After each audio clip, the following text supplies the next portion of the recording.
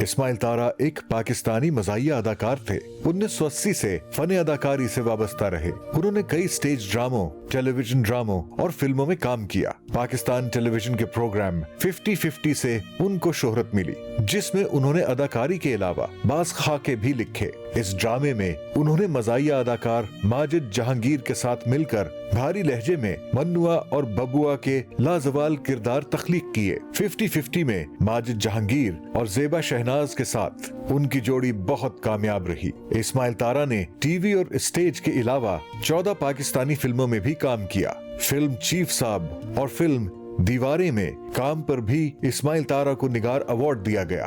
نجی T V کے ڈراموں انگنا اور وہ پاگل سی میں اداکاری کے جوہر دکھائے تھے۔ Lyari king live talk show بھی کیا۔ ان کو نگار ایوارڈز برائے مزاحیہ اداکار کئی بار ملا۔ لوگوں کے چہروں پر مسکراہٹیں بکھیرنے والے اسماعیل تارا 24 نومبر 2022 کو وفات پا گئے، لیکن ان کا فن آج بھی لوگوں کے دلوں میں زندہ ہے۔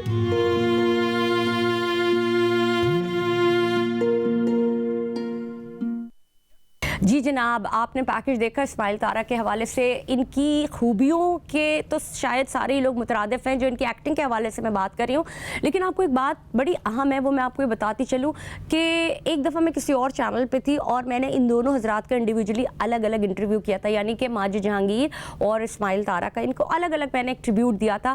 تو میں صرف آپ کو بتانا یہ چاہ رہی تھی کہ ہمارے جتنے بھی لیجنڈری اداکار یا کوئی بھی، چاہے وہ چھوٹے لیول کا اداکار ہو یا بڑے لیول کا اداکار ہو، میں نے ان کو اس قسم پرسی کی زندگی میں دیکھا کہ میرا دل اتنا خراب ہوتا ہے کہ یہ وہ لوگ ہیں جو اسکرین پہ آ کے، جو عوام میں آ کے لوگوں کو ہنساتے ہیں، اور ایسا نہیں ہے کہ انہوں نے کمایا نہیں ہوگا، ڈیفینیٹلی انہوں نے اپنے ٹائم پہ بہت زیادہ کمایا بھی ہوگا، لیکن جس وقت وہ دنیا سے جا رہے ہوتے ہیں، بہت سارے ایسے نام ہیں، اگر میں نام لوں گی تو وہ اچھی بات نہیں ہوگی، لیکن شاید ہماری گورنمنٹ کو، ہمارے لوگوں کو ان کے لیے ایک میوچل فنڈز جو اداکاروں کا ہوتا ہے وہ قائم کرنا بڑا ضروری ہے، تاکہ اگر کبھی کوئی اس حال میں پہنچ ہی جائے تو اس کی مدد ہو سکے۔ گورنمنٹ نے ایک فنڈ کا اعلان بھی کیا تھا، لیکن پھر اس کے اوپر عمل درآمد ہوا یا نہیں ہوا، لیکن جس وقت جب بھی کبھی میں کسی بھی اس طرح سے کسی کے بارے میں بات کرتی ہوں، میں اسماعیل تارا صاحب کے حوالے سے تو بات نہیں کروں گی، لیکن ایسے بہت سارے لیجنڈری اداکار ہیں جنہوں نے اپنے جو آخری وقت میں ایک قسم پرسی کی زندگی گزاری ہے، اور ایسے جو فلمز کے بڑے بڑے اداکار ہیں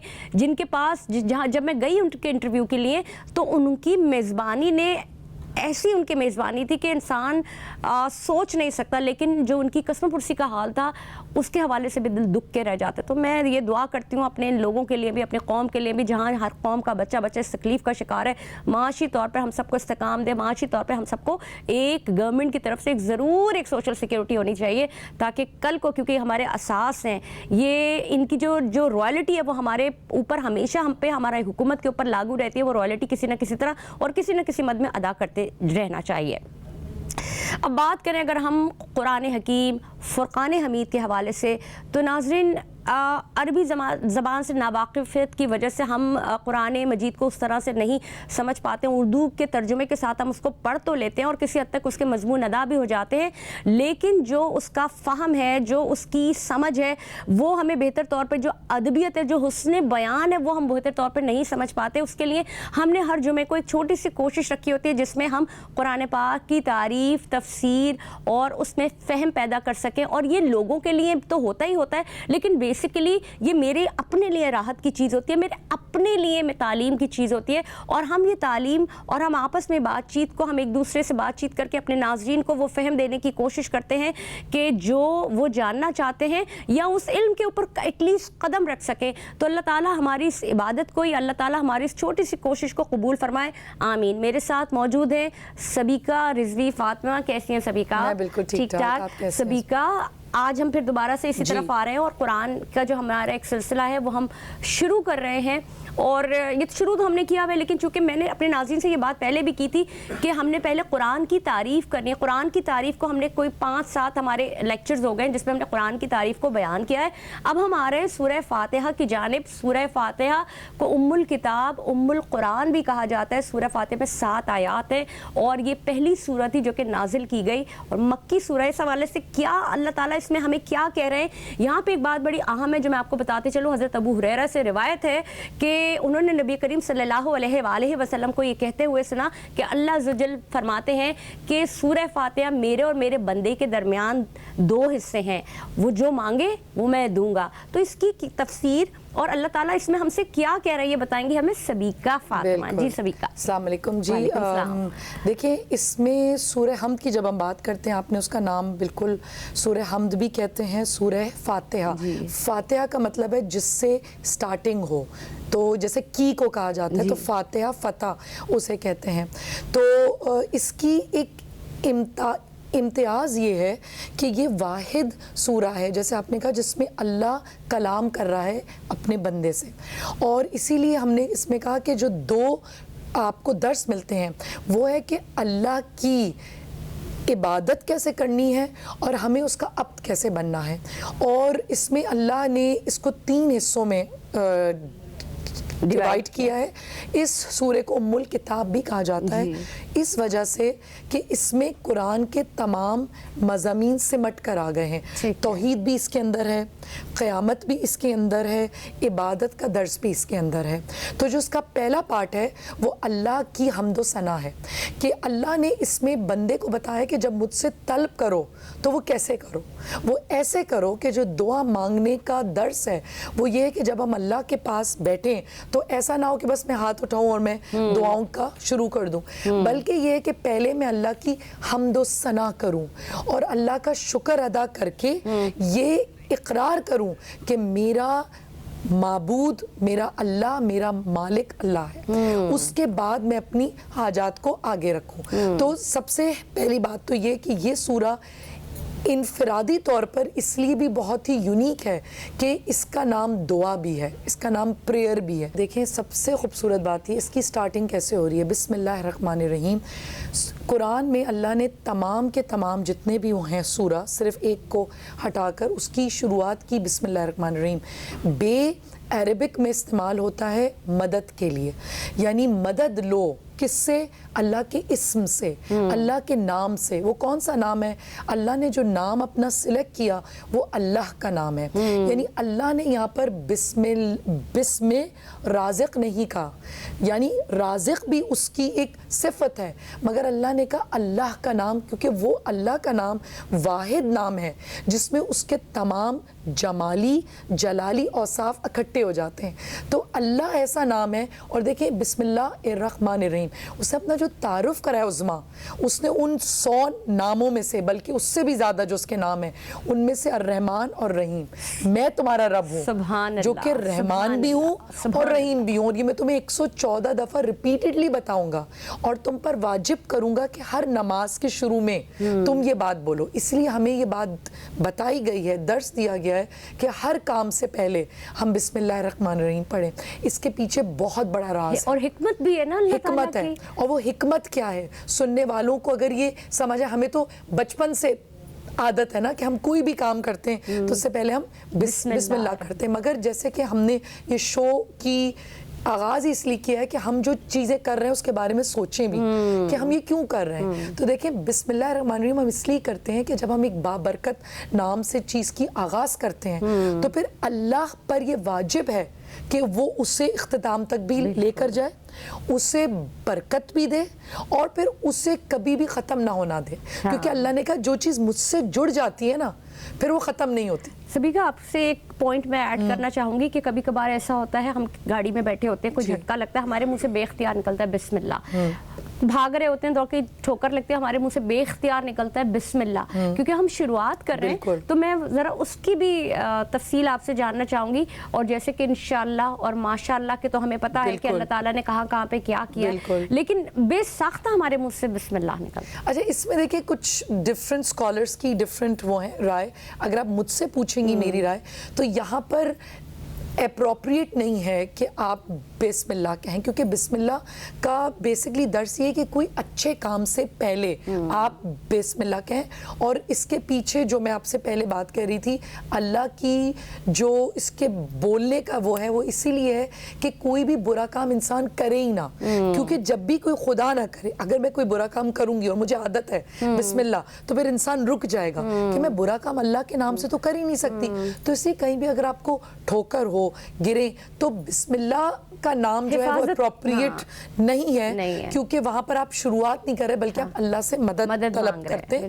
تو آپ ہاں یہ کہہ سکتے ہیں کہ اللہ مجھے مدد کر دے, مگر بسم اللہ کا وہاں پر جو یوز ہے وہ اپروپریٹ نہیں ہے. مجھے ایسا لگتا ہے کہ چونکہ ہم لوگ کو عادت ہے نا ہر چیز میں بسم اللہ کہنے کی, تو وہ بے اختیار. بالکل. اچھا, اس میں کوئی حرج نہیں ہے. دیکھیں میں سب سے یہ کہتی ہوں بحث میں مت پڑے, اس میں ایک سمپل سی بات ہے کہ چیز اچھی ہے, کسی بھی اچھی چیز کا کوئی سائیڈ افیکٹ نہیں ہوتا, اور جو اللہ کا نام ہو اس کا کوئی سائیڈ افیکٹ نہیں ہو سکتا. تو میں نے بات یہ کہی تھی آپ سے کہ جب اللہ کہتا ہے کہ میں رحمان ہوں اور میں رحیم ہوں, تو رحمانیت اس کی جو ہے وہ پوری عالمین پر ہے. اور یہ بات بہت ہی امپورٹنٹ ہمیں سمجھنے کی ہے کہ جب ہم اللہ کی اقرار کرتے ہیں کہ بسم اللہ الرحمن الرحیم, میں مدد حاصل کرتی ہوں اس رب کی جو کہ رحمان بھی ہے رحیم بھی ہے. اس کے بعد اللہ نے جو جس طرح سے آرڈر کیا ہے, آپ دیکھیں جب بھی آپ کسی بھی سورے کو پڑھیں تو تھوڑی دیر تفکر کریں کہ اس کا آرڈر کیسا ہے, کیونکہ کوئی بھی چیز اللہ نے بغیر حکمت کے نہیں کی.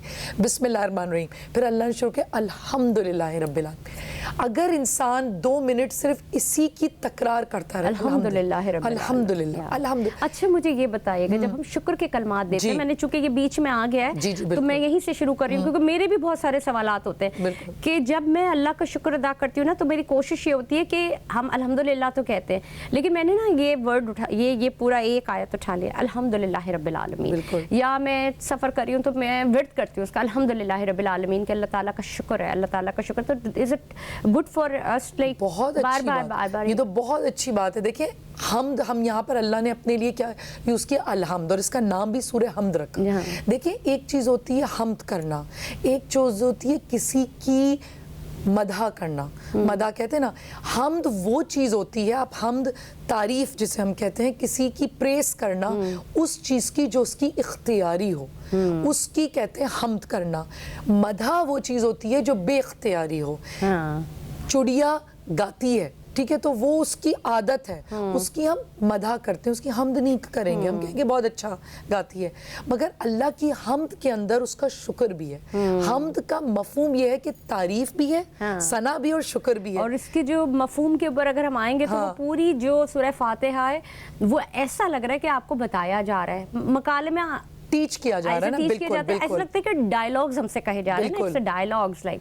اچھا, پھر اللہ نے وہاں پر جو اپنے نام کی میں تھوڑا سا اگر بتاؤں گی جو کہ ہمیں دیکھ رہے ہیں سن رہے ہیں, کہ دیکھیں اللہ نے اپنا انٹروڈکشن کتنا خوبصورت کا, جو نام کی سلیکشن ہے وہ دیکھیں. اللہ نے پہلے اللہ, الوہیت, کہ میں اللہ ہوں جو جامع ترین نام ہوں, اس سے بہترین نام میرا نہیں. پھر کہا رحمانیت, میں رحمان ہوں. پھر رحیمیت, پھر ربوبیت, اور پھر مالکیت. یعنی یہ آرڈر میں جس طرح اللہ نے اپنے انٹروڈکشن کرایا ہے اس سورے میں خاص کر, وہ بہت ہی خوبصورت ہے. اور اگر یہ سمجھ آ جائے تو مجھے لگتا ہے کہ پھر آپ کے لیے کچھ چیز مشکل. بالکل. اور آپ نے جیسے کہا نا, جب آپ کہہ رہے الحمد, پھر آپ پوچھیں گے کس کی حمد کی میں نے, کون ہے وہ جس کی تم نے حمد کی. پھر اللہ نے جواب کیا, رب ہے. کون سا رب ہے؟ رب العالمین, جو تمام لاکھوں عالمین, جو آج بھی سائنٹسٹ ڈسکور کر رہے ہیں, گیلیکسیز کتنی ہیں, اور وہ ڈسکوری ختم نہیں ہوئی ہے. اور اللہ کہتا ہے تم قیامت تک ڈھونڈتے رہو گے مگر تم جان نہیں پاؤ گے کہ عالمین کتنے ہیں. تو جہاں جہاں تک زمان اور مکان جا رہا ہے, تمام جہانوں کا مالک, میری ربوبیت جاری ہے. بالکل بالکل, سبحان اللہ سبحان اللہ سبحان اللہ. اب جو اسی کے حوالے سے ہم بات کر رہے ہیں, چونکہ ابھی سورہ فاتحہ کی چیزیں شروع نہیں ہوئی, لیکن جو آپ نے بات عبودیت کے حوالے سے کہی تھی نا, رحمانیت تو اللہ کا رحم, اللہ کا فضل, اللہ کا کرم. رحیم وہ غفور الرحیم ہے. عبودیت یعنی عبادات, تو اس کو ہم اس سے کیسے جوڑیں گے؟ اچھا, عبودیت کا مطلب عبادات تو سیکنڈری آتا ہے. عبودیت کا مطلب ہے عبد ہونا. عبد ہم انگلش میں سلیو, غلام بھی کہتے ہیں. اچھا, اس کو نیگیٹیولی مت لیں, کیونکہ آپ غلام کس کے ہیں؟ یہ پہلے دیکھیں. جیسے میں نے ایک اور شاید شو میں کہا تھا کہ اس سے فخر کی بات نہیں ہے, جیسے حضرت علی نے بھی کہا کہ میں اس کا غلام ہوں جو کہ رب العالمین ہے.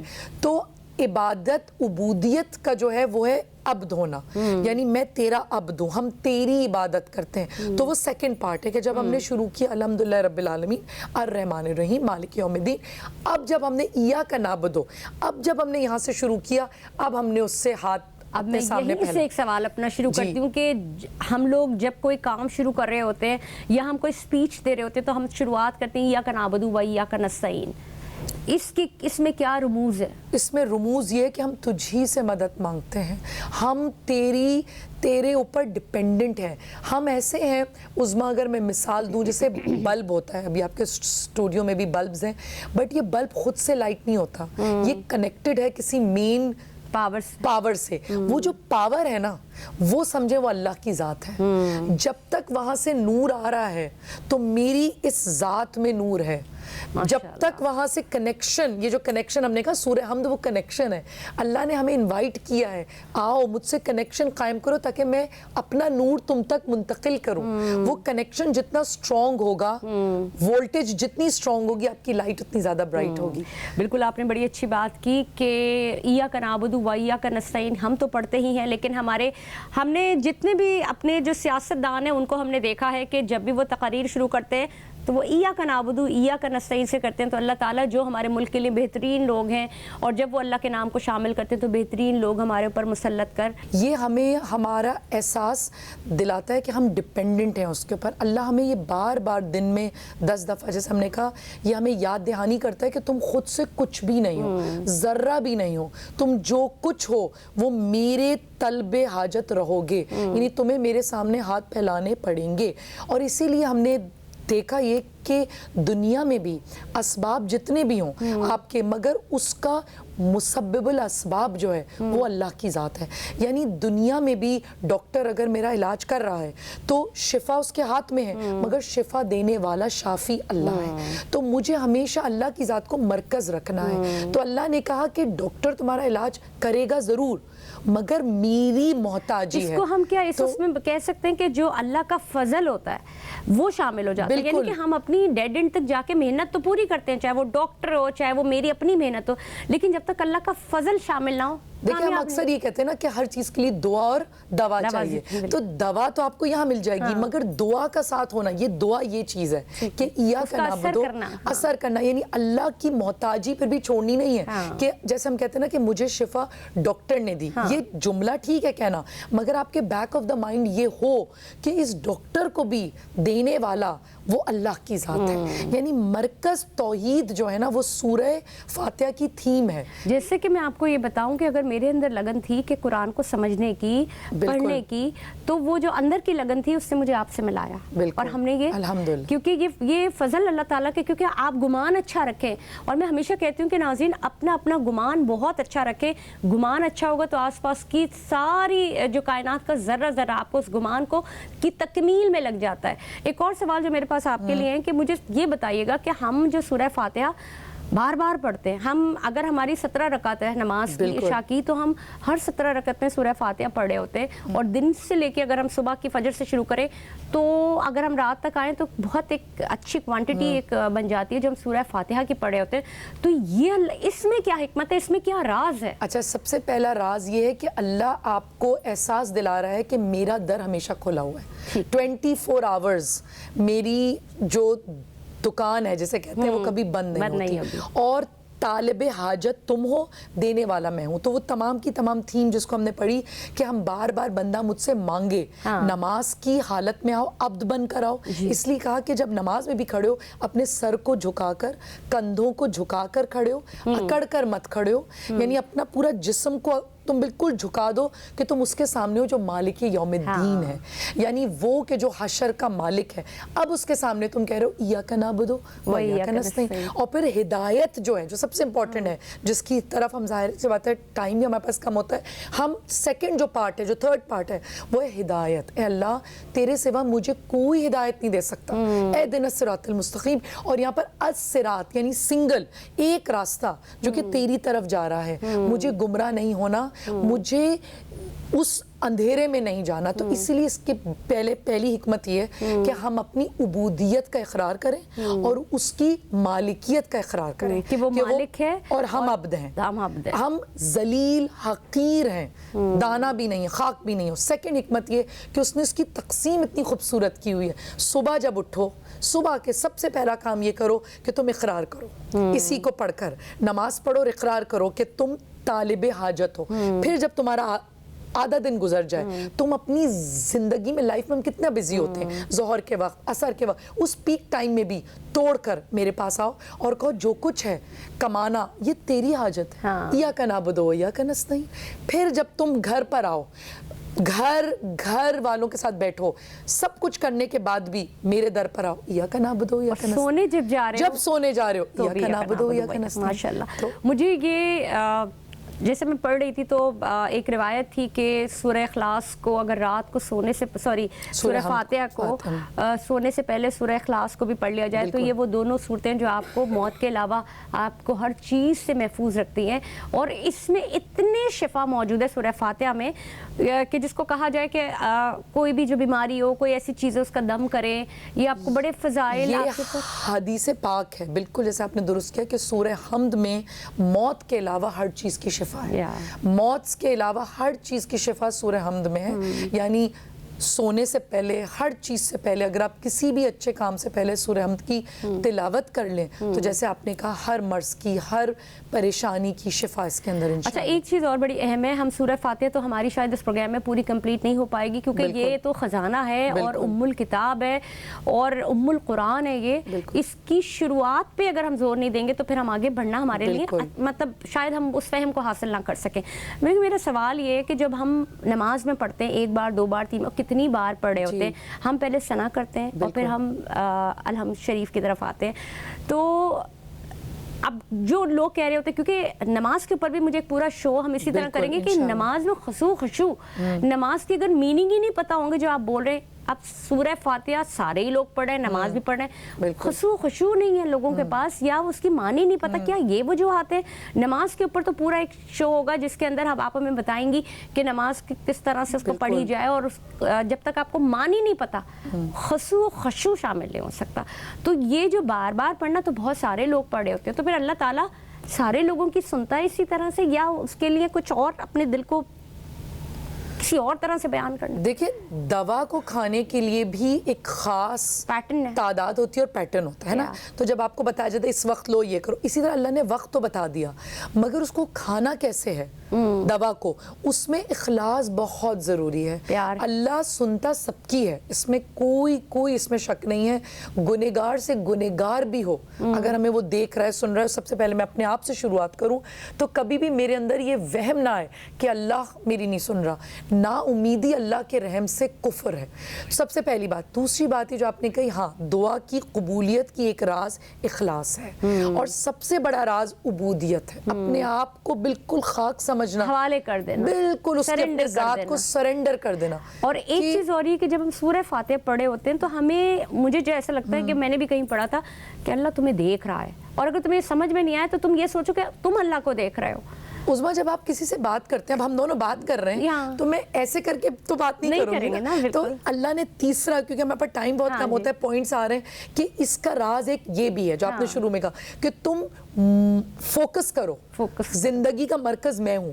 تو اب 10 دفعہ تم جب پڑھو گے تو تم یہ سینٹر پوائنٹ بناؤ کہ تم میرے آمنے سامنے کھڑے ہو. تو اس بات کو اگر احساس ہو جائے, اتنے بڑے کنگ کے سامنے آپ کھڑے ہیں, مالک یوم الدین کے سامنے, جب آپ حضوری جو ہوتی ہے نا, سب کہتے ہیں حضوری, وہ تمہیں زندگی بھر رکھنی ہے. اچھا سبیکا, جب بھی ہم اس پیک پہ آ جاتے ہیں نا کہ جہاں ہمارا دل نہیں کر رہا ہوتا کہ اس گفتگو کو چھوڑنے کا, تو لیکن ہمارا وقت آ جاتا ہے کہ ہم اس گفتگو کا تھوڑا سا ہم اس کو وائنڈ اپ کریں. لیکن یہ سلسلہ اگلے فرائیڈے جاری رہے گا. میں تھوڑا سا آتی ہوں اپنے ناظرین کی جانب کہ جو کہ حدیث آف دی ڈے تھی, جو پچھلے ہفتے کی جو حدیث آف دی ڈے تھی, اگین سوری کیونکہ یہ میرے اندر ایک خالص سی ہے, لیکن چونکہ ہم نے اس کو دوبارہ شروع کرنا ہے تو میں یہاں پہ یہ بتاتے چلوں آپ کو کہ ہماری جو لاسٹ ویک کی حدیث تھی وہ یہ تھی کہ ریاکاری اپنی زندگیوں سے ختم کیجیے. ریاکاری سے مراد یہ, چاہے آپ تقوی میں ہوں, چاہے آپ عبادات میں ہوں, تو آپ اس کو افضل نہ سمجھیں.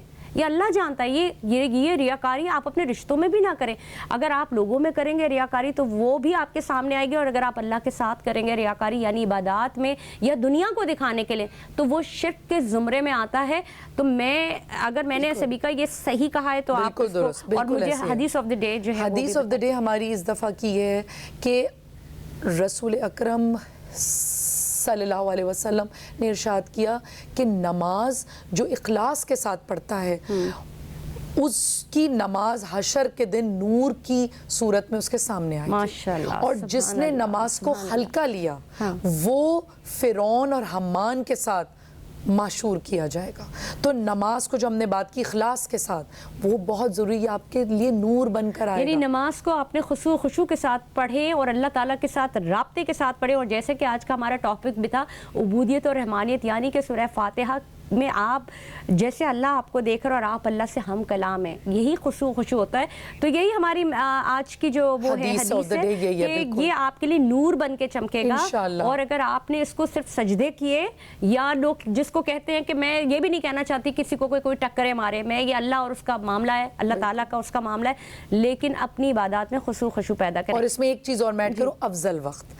کوشش یہ کریں کہ افضل وقت جیسی اذان کان میں پہنچے تو اپنے تمام کاموں کو ترک کر کے افضل وقت نماز تو ہم, اور اس میں دعا کی قبولیت بھی بڑی تیزی سے ہوتی ہے. جو افضل وقت ہوتا ہے اس میں جب آپ دعا کر رہے ہوتے ہیں, میری تو کوشش یہی ہوتی ہے کہ, لیکن ظاہر ہے کہ جو جب کبھی کبھار ایسا ہوتا ہے کہ فجر کی نماز جو ہوتے ہے آپ تھوڑی کھل جاتی ہے لیکن آپ ٹائم کے اندر پڑھ لیتے ہیں, لیکن وہی بات ہے کہ نماز کی طرف آؤ, دوڑ کے آؤ اور نماز کو ادا کرو اور خشوع کے ساتھ ادا کرو. یہ ہماری حدیث آف دی ڈے ہے.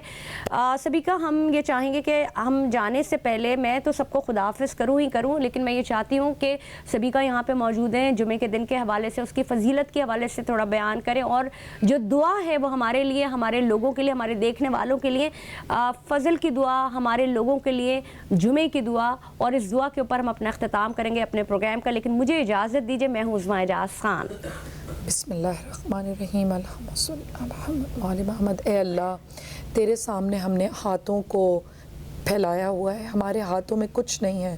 جیسے کہ ہم نے آج کہا الحمدللہ رب العالمین, تو اس تمام عالمین کا رب ہے, مالک یوم الدین, اس یوم الدین کا مالک ہے.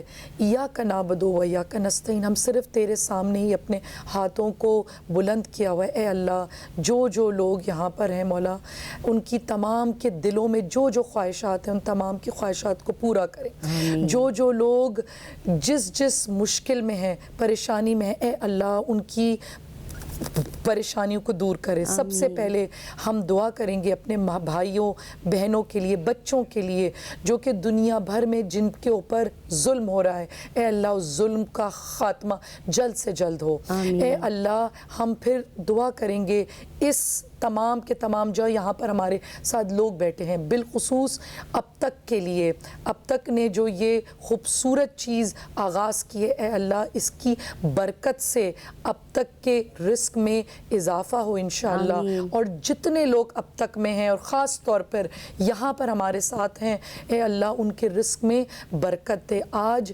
جمعے کا دن ہے, افضل ترین دن ہے. اے اللہ قرآن کو سمجھنے کی اور اس پہ عمل کرنے کی ہم کو توفیق عطا فرما. آمین رب العالمین. آمین رب العالمین.